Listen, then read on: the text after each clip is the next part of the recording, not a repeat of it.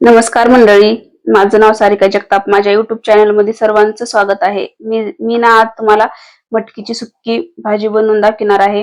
ही भाजी ना डब्याला पण देऊ शकता तुम्ही आणि सलाड म्हणून सुद्धा खाऊ शकता. चला मग भाजीची तयारी करून घेऊ. भाजीसाठी ना कढईमध्ये 2 चमचे तेल टाकून घेतलं आहे.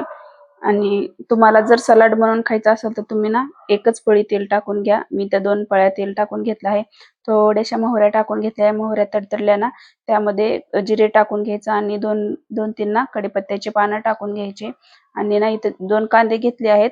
कांदे ना बारीक कट करून घेतले आहेत. कांदा ना छान असं लाल होईपर्यंत ना कांदा तळून घ्यायचा. आपला कांदा ना जास्त लाल पण होऊ द्यायचा नाही आणि कच्चा पण ठेवायचा नाही. आणि इकडे ना वाटण केलं आहे मी. वाटणामध्ये टाकला आहे 1 मिरची टाकली आहे आणि 4-5 लसणाच्या कुड्या आणि अद्रक थोडीशी आणि 1 मिरची पण टाकून घेतली आहे. तुम्हाला मिरची टाकायची असली टाका, नाही टाकलं तरी काही नाही. इथं ना छान असं मसाला ना आपला छान तेल सुटूपर्यंत भाजून घ्यायचा आणि त्यामध्ये टमाटर टाकून घ्यायचं. टमाट्यामध्ये ना थोडंसं मीठ टाकून घेतलं आहे मी. टमाटर लवकर शिजतं त्यामुळे. मी ना जास्त मटकीला ना मसाले वापरत नाही. लाल तिखट टाकलं आहे थोडंसं आणि ना इकडे हळद पण टाकून घेतली आहे. कारण पहिले 1 मिरची टाकली होती वाटणामध्ये, त्यामुळे ना थोडेच लाल तिखट पण टाकून घेणार आहे. छान लाल तिखटाला ना भाजून घ्यायचं आणि त्यामध्ये ना आपल्या मसाल्याला छान असं तेल सुटलं आहे. त्यामध्ये मोड फुटलेली मटकी टाकून घ्यायची.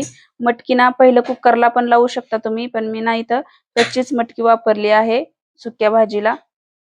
तुम्हाला उकडून वापरायची असली तर तशी पण वापरू शकतात. ती पण छान होते मटकी तशी पण.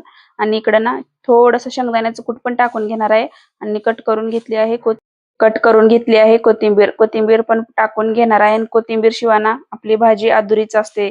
कोथिंबीर टाकली ना आपल्या भाजीला लुक वेगळाच येतो बरं का.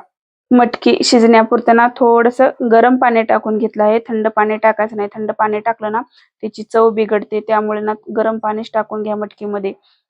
मटकी जर उकडून घेतली असली तर मटकीमध्ये पाणी टाकायची गरज नाही. त्यामुळे ना माझी मटकी कच्चीच आहे त्यामुळे थोडंसं पाणी टाकून घेतलं आहे. तुम्हाला कसा व्हिडिओ वाटतो ते ना कमेंट मध्ये सांगा नक्की. बाय.